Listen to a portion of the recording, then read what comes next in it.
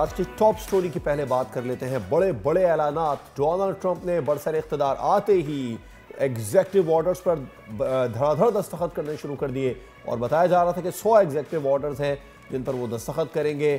Trump کے بڑے اعلانات میں امریکہ کی جنوبی سرحدوں پر نیشنل ایمرجنسی کا اعلان شامل ہے۔ اس کے علاوہ تعلیم کے حوالے سے بھی انہوں نے بات کی اور بھی بہت ساری باتیں کی ہیں۔ ان سب پر بات کرنے کے لیے ہمارے ساتھ موجود ہے سینئر تجزیہ کار ڈاکٹر جمیل احمد خان صاحب۔ ڈاکٹر صاحب بہت شکریہ اپنا قیمتی وقت ہمیں دینے کے لیے۔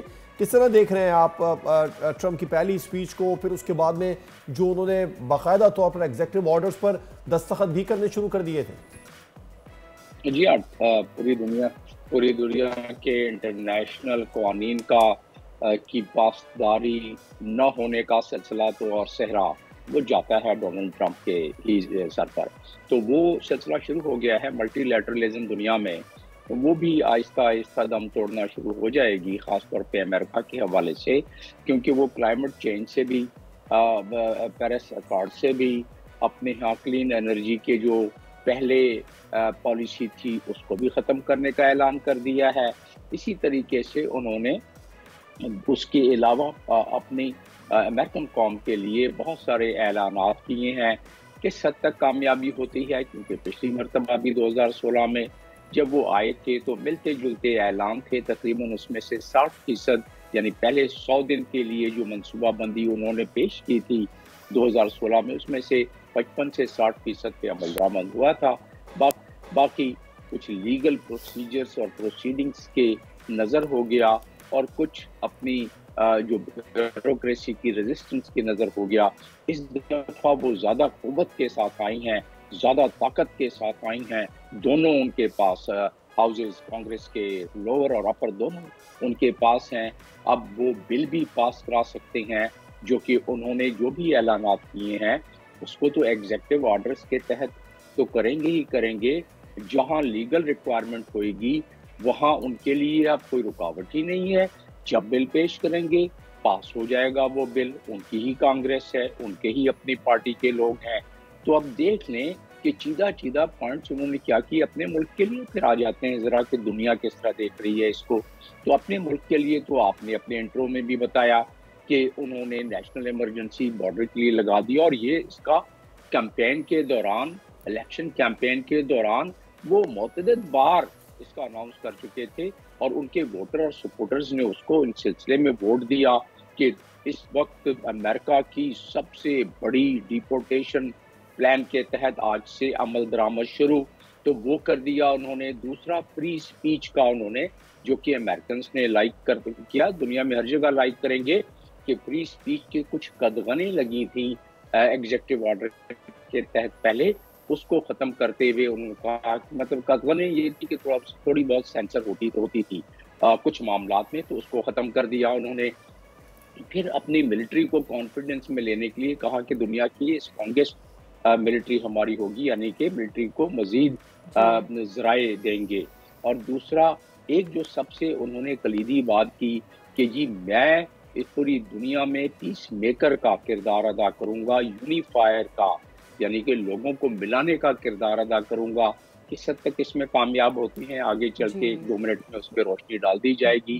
آپ کہیں گے تو بالکل جمیل صاحب، ویسے جی سوری ٹو انٹرپٹ یو، جمیل صاحب ابھی آپ نے کہا کہ ٹرمپ نے لاتعداد جو ہیں اعلانات کیے ہیں۔ ایک طرف انہوں نے امریکی عوام کے لیے ٹیکسوں میں کمی کا اعلان کیا ہے، لیکن دوسری ہی جانب انہوں نے ٹرانسجینڈرز کو تسلیم کرنے سے بھی انکار کر دیا ہے، اور امریکہ میں لاکھوں کی تعداد میں ٹرانسجینڈرز موجود ہیں۔ کیا یہ اعلان ان کے لیے سیاسی نقصان کا باعث نہیں بنے گا؟ دیکھیں ایک چیز ذہن میں رکھنا چاہیے، اور آپ کے ناظرین کو بھی مطلع کرتے ہیں کہ وہ فار رائٹ ونگ کے اپروچ کے ذہن کے مالک ہیں، اور اس پر ان کو ووٹ ملے ہیں۔ وائٹ سپرامیسی کے ان کو سب سے زیادہ ووٹ ملے، 61% آبادی جو امریکہ کی ہے۔ تو وہ رائٹ سپرامیسی اور جو فار رائٹ خیالات ہیں، جیسے یورپ میں آج کل چلتا آ رہا ہے، یہاں چلتا آ رہا ہے، تو اس میں جو پولرائزیشن امریکہ میں ہوئی ہے وہ تو ہے، اور اس کے ہی ان کو ووٹ ملے ہیں، جس کی وجہ سے انہوں نے ٹرانسجینڈر کا معاملہ، انہوں نے کہا اب تو ہم پاسپورٹ پہ لکھ دیں گے، کبھی نہیں ہوا ایسا پہلے کہ میل یا فیمیل، 2 جنڈر کے علاوہ تیسرا جنڈر میں نہیں تسلیم کرتا، اور وہ ایگزیکٹو آرڈر آج پاس ہو جائے، آج سائن ہو جائے گا۔ تو اس لحاظ سے اگر دیکھا جائے تو یس ان کے یہ بڑے کڑے قسم کے کچھ فیصلے ہیں جو کہ آج سے انہوں نے امپلیمنٹ کرنا شروع کر دیے ہیں. اچھا میکسیکو کے حوالے سے ڈاکٹر صاحب بتائیے گا، ان کا پچھلا ٹرم تھا اس میں بھی وہ کہتے تھے کہ وہاں باڑ لگائیں گے، لیکن اس بار تو انہوں نے کہہ دیا کہ خلیج میکسیکو کو خلیج امریکہ کر دیں گے. پھر جو ان کی اوور آل سپیچ تھی اس میں آپ نیشنلزم کتنا زیادہ دیکھ رہے ہیں؟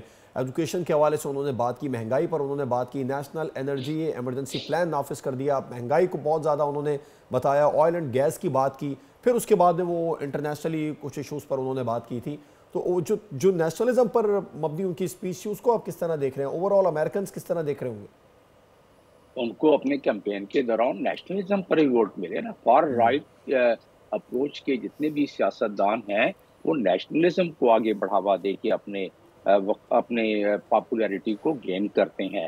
تو یس نیشنلزم کی تو سارے پوائنٹس ہیں. آپ نے دیکھ لیں کہ انہوں نے جو بات کی کہ جو ہمارے تو پیروں کے نیچے لیکوڈ گولڈ ہے، یعنی کہ گولڈ مایا گولڈ ہمارے ہے، یعنی کہ جو فاسل فیول ہے اس کو دوبارہ میں لاگو کرتا ہوں، اس کے لیے اجازت دیتا ہوں. پہلے کچھ پابندیاں تھیں کہ آپ سارے کے سارے اس کو ڈرلنگ نہیں کریں گے. وہ کہتے ہیں کہ ابھی ہم سارا کر کے اور اپنے فاسل فیول کو نہ صرف استعمال کریں گے بلکہ دنیا میں پہنچائیں گے بھی. ایک تو یہ ہو گیا جس سے کہ کلائمیٹ چینج پہ فرق پڑے گا. کلائمیٹ کے لحاظ سے یہ جو بائیڈن نے اپنے ایگزیکٹو آرڈر کے تحت کلین انرجی کے سلسلے میں، الیکٹرک ویکل کے سلسلے میں جو انہوں نے آرڈرز دیے ہوئے تھے اور جو پالیسی دی ہوئی تھی اس کو بھی ختم کر دیا. گلف آف میکسیکو کا تو انہوں نے نام چینج کر کے بتا دیا، یہی نیشنلزم کی ایک ان کی اور نشانی ہے. پاناما کینال کو انہوں نے ٹیک اوور کر لیا ہے تو اناؤنس کر دیا. تو پھر وہ اس لحاظ سے اگر دیکھا جائے تو نیشنلزم پر تو مبنی ہے، لیکن اگر آپ دیکھیں تو وہ کہتے ہیں کہ میں پیس میکر بھی ہوں، یعنی کہ یوکرین کی جنگ کا وہ پہلے سے خاتمہ اعلان کرتے رہے ہیں کہ میں آؤں گا، ختم کر دوں گا. غزہ کا انہوں نے کہا تھا جس دن میں اوت لوں گا اس سے پہلے میں چاہتا ہوں کہ غزہ کی جنگ رک جائے.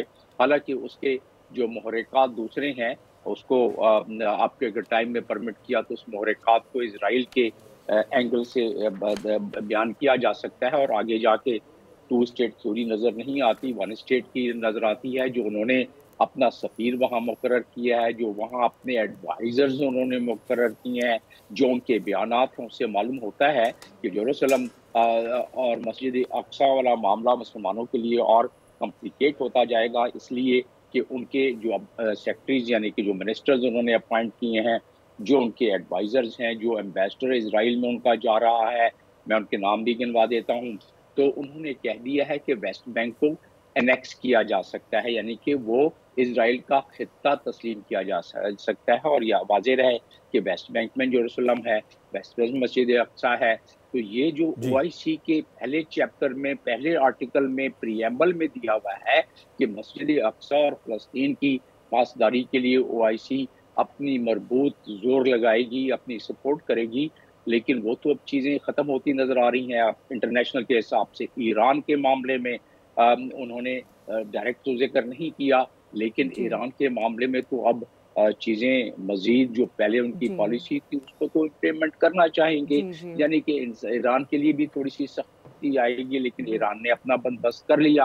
اپنے ڈیفینس کا جو ایگریمنٹ انہوں نے کیا کوآپریشن کا، ڈیفینس ایگریمنٹ کوآپریشن رشیا کے ساتھ، تو انہوں نے اپنا بندوبست. جی جمیل صاحب، ویسے اس کے علاوہ مشرق وسطی کی اگر بات کریں تو مشرق وسطی کے لیے ان کی پالیسیز کافی واضح دکھائی دے رہی ہیں، اور انہوں نے حماس اور اسرائیل جنگ بندی کا صحرا جو ہے وہ اپنے ساتھ سجا لیا ہے. تو کیا یہ سچویشن مشرق وسطی کو بدلتی ہوئی تصویر کہہ سکتے ہیں آپ؟ دیکھیں یہ جو اس وقت جنگ بندی ہوئی ہے، بہرحال اس کی ضرورت تھی، جانوں کا زیان ختم کرنا تھا، اور 47,999 جو لوگ جہاں بحق ہوئے ہیں ان کو بھی بچانا تھا. لیکن اس کے اگر آپ گہرائی میں دیکھیں تو یہ اسرائیل کے ٹرم پر یہ چیزیں ہو رہی ہیں. اور جیسا کہ میں نے چند لمحے پہلے بتایا کہ اس کے بعد انہوں نے ان کے ہی ایک وزیر، یعنی کہ جس کو ہم وزیر کہتے ہیں، ان کے ڈیفینس سیکٹری ہیں، وہ کہتے ہیں کہ نہیں یہ تو 2 اسٹیٹ تھیوری وغیرہ نہیں ہوگی. اور ان کے ہی جو مائک والڈز ہیں انہوں نے کہا ہے کہ we support any other offensive of violation takes place. Netanyahu نے بھی یہی کہا ہے کہ ہم دوبارہ حملہ کر دیں گے. ٹھیک ہے، یہ تو ہو گئی مڈل ایسٹ کی بات. ڈاکٹر صاحب میں تھوڑا سا پاکستان کی بات کر لیتا ہوں، کیونکہ مبصرین یہ کہہ رہے ہیں کہ پاکستان فی الحال پرائرٹی میں نہیں ہے. کل تذکرہ بھی نہیں ہوا ساؤتھ ایشیا کا، تو ہمیں اب ایسا کیا کرنا چاہیے، اپنی پالیسی میں کیا تبدیلیاں لانی چاہیے؟ تو یہاں پر اسپیشلی بارڈر کے ایشوز ہیں وہ بتانے کے لیے، جس جنگ کو آپ نے چھیڑا تھا